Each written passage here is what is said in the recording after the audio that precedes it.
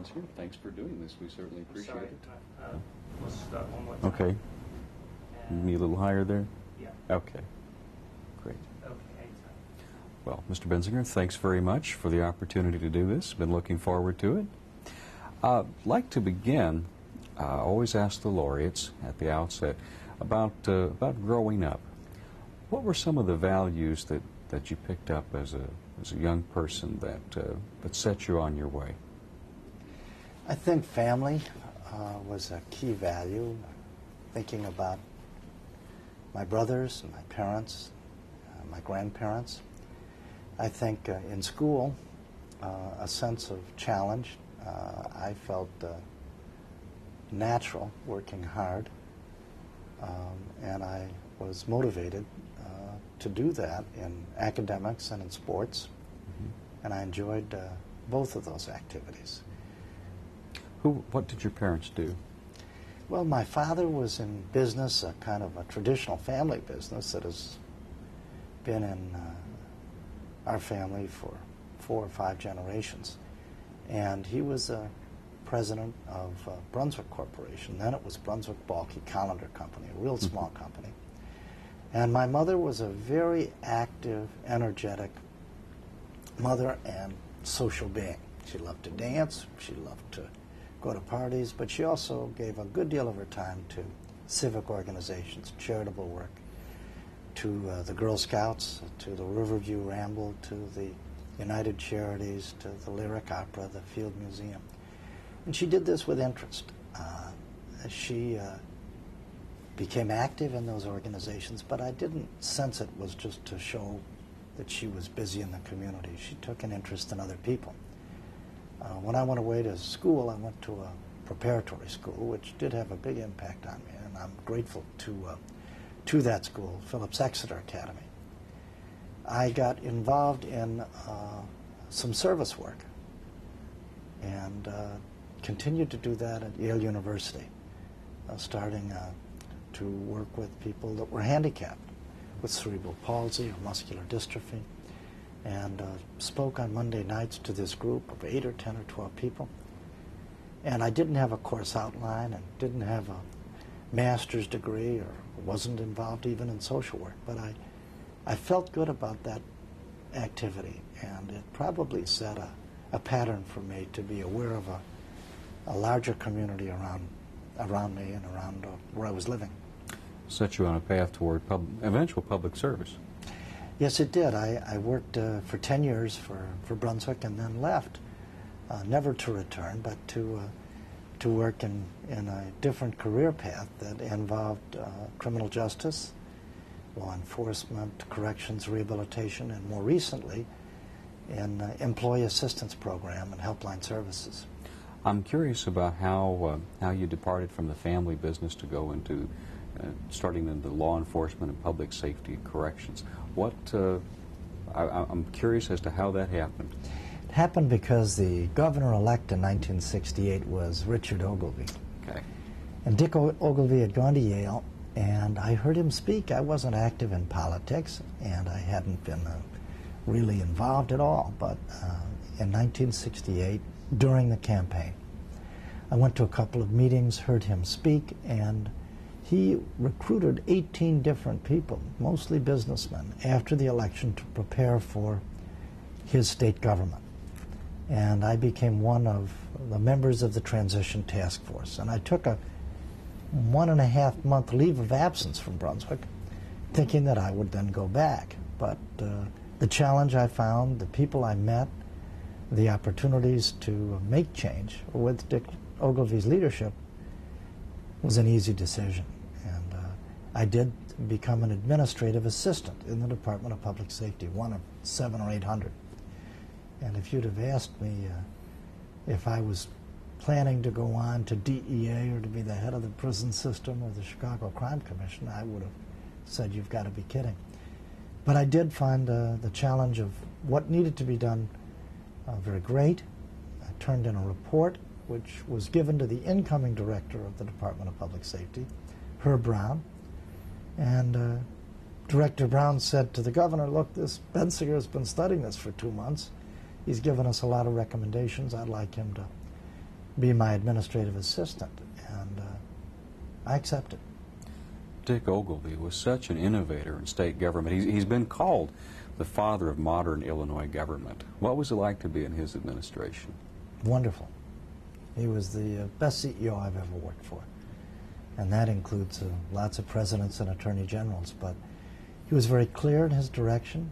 He delegated authority effectively. He held people accountable, but he also gave them backing and encouragement. And it was exciting.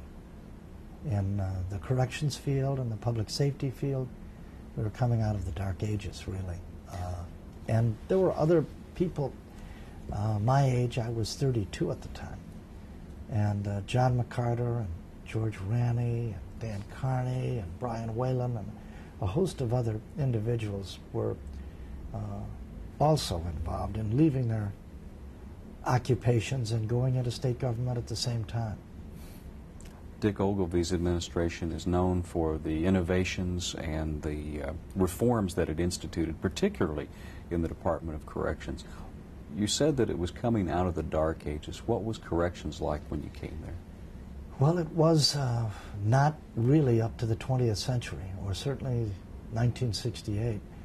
There was no Sunday visiting at the state penitentiaries. They were all generally being run in a very controlled fashion that also reflected the age of the penitentiaries. We hadn't built a new penitentiary in Illinois since 1918. Stateville, Pontiac, 1971, Menard, 1871, Menard, 1856, Joliet, 1860s. These were buildings 100 years old. And as a consequence, the programs that were available to the inmates was limited. The pay was low. There wasn't major staff training. There was an absence of affirmative action and minority recruitment. The salaries attracted barely high school graduates, if that. And we had a system that provided training for some inmates to be barbers or to be plumbers, but they couldn't get licensed in these professions because of licensing restrictions. And going to Dick Ogilvy was a great, great feeling because we changed 59 laws and repealed the licensing laws. We started Sunday visits. Obviously, that's when families of offenders have the best opportunity to come and visit. We opened up the letter writing. We established grievance procedures. We promoted major changes in salaries for the correctional officers, brought in universities, had a full-time pardon and parole board, established a unified code of corrections. Dick Ogilvy was one of the leading governors in the country to spearhead correctional reform and receive recognition for it. I was the person that was in that job to make change. And maybe because I hadn't been involved in corrections or hadn't been a warden and hadn't been a psychologist, I was able to ask questions that others hadn't because they hadn't realized it could be done. How did that set the tone for you moving on to other positions in law enforcement, like the Chicago Crime Commission, and then, of course, as a stepping stone into Washington? I think it gave me an opportunity to work with people I believed were tremendously dedicated. I think it gave me experience in dealing with crisis. We had disturbances, riots at penitentiaries. We had, at the time of Attica, to deal with the aftermath of what inmates were feeling. We didn't lose a correctional officer during the course of Governor Ogilvy's administration in the adult penitentiary system. We had one correctional supervisor that was killed at the Sheridan School for Boys and the Youth Commission. But I was certainly challenged with dealing with the unexpected, dealing with the difficult problems of corrections and the challenge of rehabilitation and the challenge of bringing a staff that was used to a different philosophy into the 20th century and working with outsiders. I was fortunate to find people like Carl Menninger and Norval Morris and Ben Meeker and Tom Einen to serve on an advisory committee and to recruit knowledgeable correctional administrators like Joe Coughlin and Bud Monahan to serve as assistant directors. And I just felt good about the people and the mission and the task. And as I went on to other assignments, that sense of confidence, that sense of opportunity to make change stayed with me. When did your focus start to change toward drug enforcement? Well, I was interested in the problems of drugs and alcohol, even as a correctional administrator. We started the first drug rehabilitation program in the state, maybe in the country, at the DARE program in Stateville Penitentiary. And we had a work release center and a halfway house for drug offenders in Illinois' prison system back in the 1970s. So I was interested in the problems of drugs. We certainly dealt with the problems of drug traffickers in the penitentiary system and in the Illinois Youth Commission, which was, in fact, my first assignment as a state officer. In law enforcement, I saw at the Chicago Crime Commission the major problems in the narcotic courts, which turned to be a revolving door. And when the DEA assignment presented itself to me, and I felt certainly comfortable in this mission. I believed we need a strong deterrent in the United States and in this world to have a force against the trafficking and abuse of drugs. You were coming into that job at a time when the country was just coming out of Vietnam. The whole drug culture was popularized in music and in so many ways. What was the task like when you came to Washington? Did you feel as though that there was a lot said against you in terms of how the country was feeling about drugs, or what was it like? It was like that, as you've described it, but I was the third administrator in 3 years, and the DEA was under some pressure and some criticism. And I was sought out, I think, and selected not because I had been in the law. I wasn't an attorney, the prior administrators were, nor necessarily a police officer. I had been an administrator of a large public agency in the state of Illinois and had insights into the problems of crime from that perspective, and as director of the Crime Commission. At DEA, I found an agency, an organization that was somewhat demoralized, whose mission was challenged by some that didn't know whether we should in fact have strong drug laws, and by a Congress and media that needed to be educated, and that we needed to tell people what our problems were. So I went out of my way when there was a problem. If there was an event that was not to the liking of anyone, to make sure it was known. And talked to Congress and told them we have major problems. This is not a minor problem. This is a very serious threat to the fiber of this country and its people. And as a consequence, we got a select committee. When I say we, it was certainly something I welcome. And many administrators don't want congressional committees looking over their shoulders. But I found that was an opportunity to turn this congressional committee into spokesmen, to people that could talk about the problems of drug trafficking in this country. And we changed laws, we increased our budget, we got better support, and we had a real sense of comradeship between the administration, first the Ford administration and then Carter administration, and the Congress. And that was a good thing to do. It's a highly political post in that you're the front person for the administration in many respects, or the country really. How did you say that you turned that around and used it to your advantage? Did you find that there were pressures to have you do things that or take stands that you didn't particularly want to take? How did you deal with that? Well, it wasn't political in the sense of Democrat or Republican political. It wasn't political in the sense that you had to do a lot of favors for a party to get the job, or once there, decide who to arrest and who to investigate and where to put your emphasis. And no president that I worked for told us or gave us signals as to say, well, don't pay any attention in North Carolina, and we want more agents in Spain instead of in Mexico, or don't appear on this television show. The politics was to confront the problem and recognizing that it's not going to be solved like a next day challenge. It's not like a football game. It's not even like a world war, which you have a beginning and a middle and an end. This is a continuing battle. And our objective is to curb drug abuse, to reduce the exposure of the American people to the violence associated with it and the addiction, not to sense that, well, we're going to cure it tomorrow. And that's the challenge that you have as an administrator of that agency, and to get the state and local people to work with you. Traditionally, some of the federal agencies have tried to take the spotlight. They have most of the money, they have the media, they have a national scope, they have broader jurisdiction. But most drug arrests are made by local police officers, 90% of them. And most of the challenge in violence is also at the local level. So I felt one of the first steps I could take was to try to build a partnership domestically and internationally with the counterparts of DEA. We worked real hard to do that.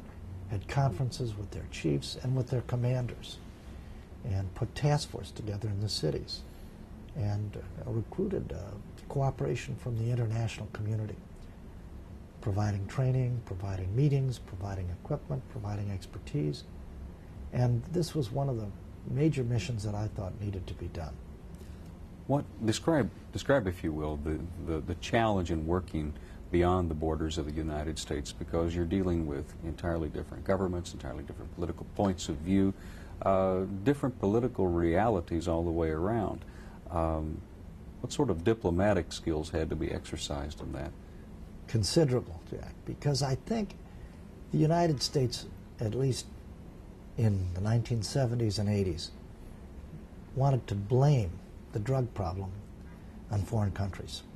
This isn't our problem. It's because Mexico or Turkey or Thailand or Burma or Colombia aren't doing their job. And if there was an arrest made, it was easy for the Americans to say, well, we really engineered this. U.S. agents don't have law enforcement authority in foreign countries.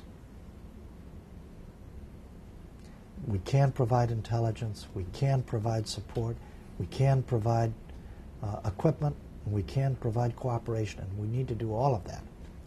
But it's the foreign law enforcement agency that is going to make the arrest, and has to make the arrest. So I think the challenge is to give them credit, pat that leader on the back, and not try to steal the spotlight. I think when they don't cooperate, and we found in Bolivia that the Minister of the Interior was on the take, and we found in Colombia a great deal of corruption. That was just at the end of my administration.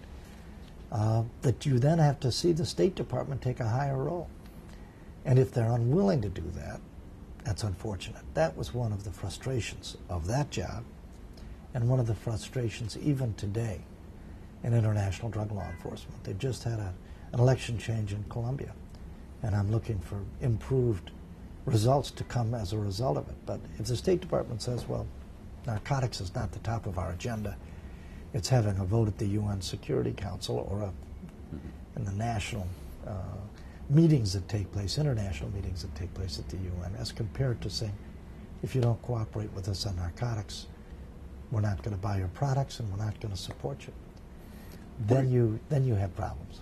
What are you proudest of in what you were able to accomplish at DEA?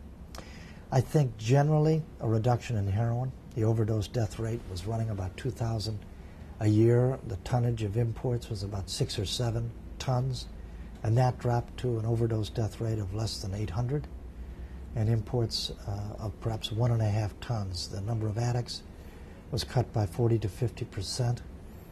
We established much better cooperation with state and local law enforcement and international cooperation, and put in the forfeiture laws, which enabled the government, state and local, to take the assets, the profits from the drug trade, and take them away from the people that were getting these ill-gotten gains and making millions from someone else's addiction and death. What else would you have liked to have done before you left that post? I think had greater continuation of the parent group movement, and drug and alcohol education is still needed. Right then, in the 80s, we did have Nancy Reagan, who was a very effective spokesperson on this issue. And I think had that initiative continued through the end of the 80s, end of the 90s to today, we'd have less drug abuse in this country. I think the potential merger and affiliation with the FBI and DEA was disconcerting for a couple of years, and the mission was not internationally focused as it needs to be continually. But I think at DEA, the administration felt it was time for a change. They wanted to try some FBI cooperative efforts, and certainly they were entitled to do that. I'd been there longer than any other administrator, and probably found that with the new administration, they have their own people and can probably pour more resources into that agency if it's headed by someone that has a loyalty and an allegiance to that new leader or that new attorney general. You turned your attention to addressing the demand side when you left the administration and developing philosophies and strategies like the drug-free workplace. Tell me about how that took root. It took root really in recognition, even while I was at DEA, that we may have problems within our own organization of 4,500 employees with drugs and alcohol. We started an employee assistance program, the first one in the Department of Justice. I feel proud of that because it helped a lot of people and families, spouses, children, parents who were very stressed out about their family member's career at DEA, and the DEA agents themselves who had to live two lives, an undercover life and a life for their own family. And the sense of a drug-free workplace concept emerged then. When I left DEA, I thought about what opportunities arise, and someone I knew well asked me to come to Chicago, back to Chicago, which is home for me, and consult with Commonwealth Edison on a potential drug problem at the Zion nuclear plant. And I did that. And Jim O'Connor, who was the chairman, and also, I think, a Lincoln laureate, if I'm not mistaken, said, Peter, we don't know what we really have here, and I don't want you to come for 1 week and write a report. Stay months, and let's put a program together. And I did, and worked with a team of managers and employees at Commonwealth Edison, and put together a program, really their program, and I was just an advisor and helper and catalyst on drugs and alcohol in the workplace. And that saved lives, set a program policy for the utility industry, and started me on a career in a new company. There's a philosophy that's at work here that I think is very interesting. It doesn't, it's not one that says, well, if you're drinking, you're out of here. You use drugs, you're out of here. It works with people and saves the assets that the organization, the company, whatever, has invested. The single biggest asset of any organization is its people. And that's what a good drug and alcohol policy will protect, that asset. It's the people that are involved, and men and women in the organization. And providing an opportunity for rehabilitation makes sense. It's good business, and it's not only good for humanity, but it'll help that individual and their family. I believe in drug testing. I've advocated testing to find out who is using illegal drugs. But that doesn't necessarily automatically mean they lose a job. They can be suspended and should be, disciplined and should be, if the policy clearly provides that, but given an opportunity to get treatment and help and to return to work. The idea of drug testing in the workplace is still controversial in many aspects. How do you feel about that? I think less controversial than it was in 1982. The Supreme Court has ruled it's legal. State and federal courts have ruled it's legal. It needs to be done in the context of a clear written policy. It can't be arbitrary, capricious, or discriminatory. But if someone is seeking a job, it's reasonable for an employer to say, our policy is to have a drug-free workplace. And we don't want to hire people who automatically are in violation of that policy. So we are going to do drug testing. Our policy is to have a safe workplace. So if someone looks unsafe, a drug test will at least decide if drug use could have been one of the causes. And if it wasn't, that person continues. If it was, that person can get help. 90% of the Fortune 500 companies utilize drug tests and utilize employee assistance programs, which is the other part of the effort. And that's to provide help for people in trouble for a wide range of problems. Could be personal, could be financial, could be marital, could be family, could be eating disorders, but also could be substance abuse, drugs and alcohol. You've branched out since then to deliver any number of different kinds of programs in terms of, I've seen programs listed on stress, depression, anxiety, up to and including programs to prevent violence in the workplace. And I'd like to ask about that a little bit because in recent weeks, recent months, we've seen some horrendous things happen, and not only in workplaces but in public schools. It's a major problem where you have an excess availability of handguns. We have more federal gun stores than we have gas stations in the United States.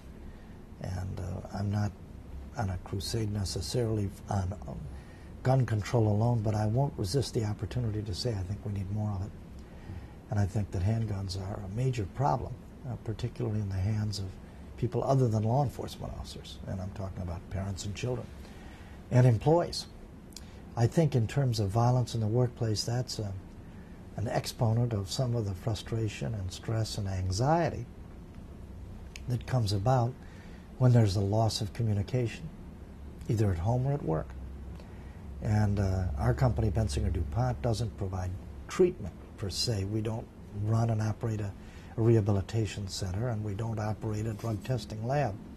But we do direct people to those resources and do have counselors that will do at least motivational initial counseling to get people back on the right track. Employers can have programs that will address violence in the workplace, and they can have a trauma debriefing program and a follow-up program and a counseling effort that will both be designed to prevent it and to be available if it happens. I'd like to stop for just a second.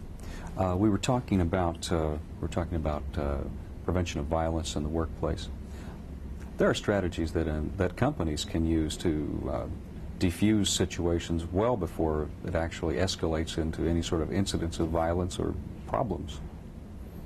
There are, and that same type of prevention and training takes place for drug abuse, alcohol abuse, for individuals that are prone to be violent. And it really involves training supervisors and providing awareness to employees that they have a right to be in a safe place. And that even if their friend, someone they're worried about, is maybe taking excessive alcohol or an illegal drug or very angry, their intervening is an act of love and friendship. And while initially that person may be disciplined or may be counseled or maybe even taken off the job for a period of time, these problems are diseases of denial that are not self-curing. And someone that's going to explode in the workplace, someone that's going to be taking drugs into the workplace, these are just bombs ready to go off. And intervention is critical. Training supervisors and employees in how to intervene and what to look for when intervention is appropriate is a major responsibility, and many employers are now doing that. So supervisory training is very important. You've just branched into another area that's of importance in states like Illinois, where there is legalized gambling, and that's working with gambling addiction. It is. Gambling addiction, again, involves a pattern of behavior that's not safe for the individual. Many people can gamble, most can, without adverse consequences. But there are some individuals who not only bet over their head, but continue to do so at the risk of losing their own financial security and that of their family. So we have helpline services that are available to anyone calling within the state of Illinois on an 800 number to reach a counselor 24 hours a day, 7 days a week, 365 days a year. And those phones are right outside this office with a group of counselors that man them. And the objective here is to give people an opportunity to stop that behavior and to find meetings, whether it's Gamblers Anonymous or individual therapy sessions with counselors or with family groups, that would enable them to stop that pattern of behavior. In this case, the gambling helpline is financed by the Illinois riverboat casinos themselves. And that's appropriate because they want to have people patronize their institutions and those boats who do not put themselves at great risk. That program's been in existence for 2 years. Other elements that probably should do the same would include the racetracks and the bingo parlors and the sports betting and the activities. The state lottery does have a commitment and is funding a helpline as well. The Illinois Department of Lottery does print an 800 number on the back of every lottery ticket. And people engaged in that activity generally are hoping to win the lottery, but generally aren't investing more of their funds than they can afford to. But if they do, there's a place they can get help. You've been in a unique position from the standpoint of working in corrections and drug enforcement to see the societal costs of drug addiction, alcoholism. I've seen some recent figures in terms of the people in prisons in the United States. Of the 1.7 million that are incarcerated currently, something like 1.4 million have had problems with drugs or alcohol and are there as a direct result of that. What more can the country be doing to curb this? Well, I think it can be doing a lot more in education, treatment, and prevention of drug and alcohol abuse, and it can be consistent in its application of both enforcement and public policy. Sadly, drug abuse control is cyclical. Unfortunately, it tends, as you mentioned at the beginning of the interview, Jack, to be political in the sense that it's fashionable to talk about it now. An election is coming up. We can be tough on the drug traffickers, or we can provide funds to try to reduce crime, and then it fades away, and you don't hear people talking about it every day. And what more can be done is to recognize that this is society's problem. And the police alone are not going to solve it. It's going to take ministers, it's going to take coaches, it's going to take teachers, it's going to take parents, it's going to take students, it's going to take employers, labor unions, community organizations, everyone, to recognize that drugs are unhealthy, they're unsafe, and they change behavior. You're going to be talking at SIU Carbondale later this year at a conference sponsored by the Law School and the Public Policy Institute about many of these issues. And one of the things that they're going to be talking about in particular is aftercare for people who have gone through the prison systems, who are there presently, and what can be done for them afterwards in terms of follow-up treatment. There seems to be a sense that we've dropped the ball there. We're not doing the kinds of things we need to for the people who have the problems. I think that's a very key point, and I do think the return from an institution is critical, whether it's a prison or whether it's a rehabilitation center. You can maintain relative safety in terms of no drug use or alcohol use in an institution, although it's increasingly challenging for the administrators to keep drugs and alcohol out. But getting home, being back in that community where there are the former stresses and challenges and some of the problems that are in our environment, that's the key. And I do think the SIU conference will be a good opportunity to talk about halfway houses back into the community after prison, or alternatives that can provide safety to the community, but an opportunity for someone to provide for greater control over this behavior. I think this country sees a lot too much violence on television. I think our children 3 and 4 in the afternoon, 5 and 6 at night, 8 in the morning. They see more TV by the time they graduate from high school than they spend in high school, grade school, elementary school altogether. And that television is fraught with violence, it's fraught with shootings, it's fraught with killings. And you never see a funeral. Someone's killed, that's just an act, and they go on. A gun is discharged, someone is killed, a bad guy, a good guy, but there's no grief. We don't see what's happened to that person's family. We don't see the funeral. We don't see the cost of the loss of that income producer. And it becomes accepted. And it becomes something that is shown to attract people to go to a movie theater. The previews, to me, are outrageous, because you can rarely see a preview of a picture without a violation of some laws or some basic standards of behavior. And I think that's one of the challenges as we continue to find technology and outlet in this country, that we need to listen more. We need to go slower. We need to kind of censor what goes on in the television set. And when I say censor, with zoning as we do in a commercial city, where you don't have sludge and debris poured into your streets. Well, the streets that our kids are walking are the television sets that they're seeing.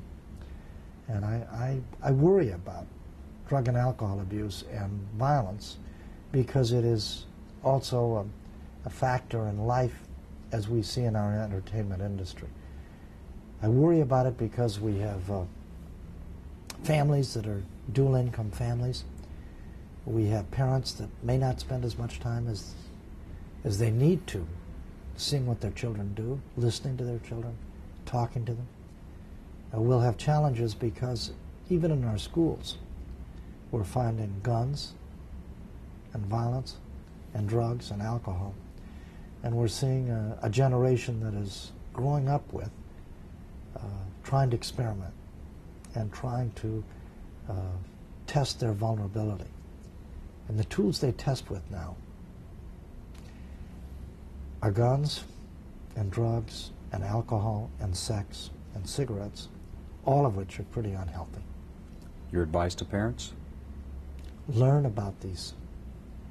Educate yourself first. And then be a parent. Provide love, but also provide parameters, boundaries. Know where your children are at 10 and 11 o'clock and 12 o'clock at night. And know where you are. And recognize that it's okay to be the only parent in this block that says no. You can't have a party if I'm not home. If I'm not home, what's going to happen are those other kids are going to bring the liquor right into our house. A couple of general questions to wrap up. Peter, what's next for you professionally? What new directions do you see your company taking, and you personally? I think the company will continue to provide services to employers and organizations that deal with people problems. I don't see myself taking on a new role in government or private industry. I'm looking forward to spending time as a grandfather. I've enjoyed that tremendously the last several years. And I do continue to look forward to participation in civic activities. Children's Memorial Hospital has taken a lot of my time, and I've been very committed to trying to provide at least one voice for health care for children, regardless of their ability to pay, for young children. And also with the Commercial Club of Chicago, which is a group of civic individuals, mostly business and some educational and political leadership, that could address some of the major problems of the Chicagoland area, which include education, which include housing, which include taxation. And I think I'll be busy enough in the years to come. No doubt. I'm curious, as you look back, what accomplishments have given you the most satisfaction? I think if I could answer that, what came to my mind when you started to ask the question was my gratitude for the opportunity to work in state government that was afforded me by Dick Ogilvy. And I think I'm most grateful for that. I'm grateful for the support of my wife, Judy, who's a doctor of medicine and deals with the problems of adolescence, and her support, because when we were engaged, I was at Brunswick Corporation, and she thought, well, this is probably someone that's going to be working in private sector, and I'll be able to practice my medicine. And off I go to Springfield as one of 700 administrative assistants. I think what I feel best about is the team that I joined. I'm very grateful. I'm very humble. I feel really like I was lucky to be part of wonderful teams.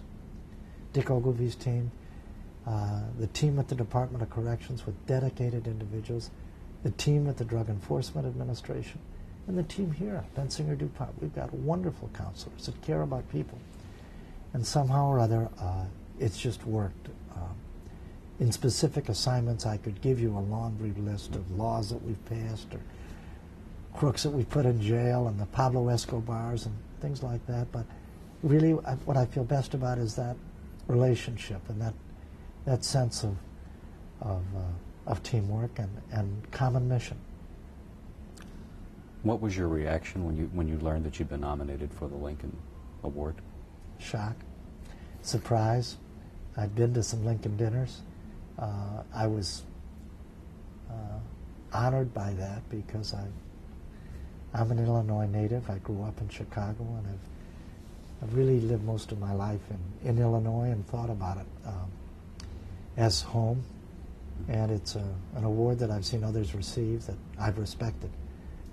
I did feel good about the fact that someone in corrections, someone in law enforcement, someone in a human relations service like employee assistance and drug and alcohol counseling somehow has this recognition. Maybe not me as much as the path that I follow. Well, thank you very much for your work and certainly for your time today. Much good luck to you. Well, we can all use good luck, but I thank the Lincoln Academy and SIU for providing the opportunity for me to be part of a broader scene with other laureates whose accomplishments and contributions, believe me, I very much respect and admire. And I hope that the effort that the airways provide on communication of some of these issues does help. We do need certainly more awareness about some of these problems. I believe you on that. Well, this will air. The Lincoln program will be on all of the public TV stations in the state, from TTW here all the way down to our shop in Carbondale. That's 11 of us. And the longer half-hour program, the interview program, will be on both our station in Carbondale and Olney, so you'll get at least the southern third of the state there. So good. Well, thanks very much. This was wonderful. It's been a very easy process for me. Your questions have provoked comments on subjects I care a lot about. Well, thank you. Thank you. Well, same here.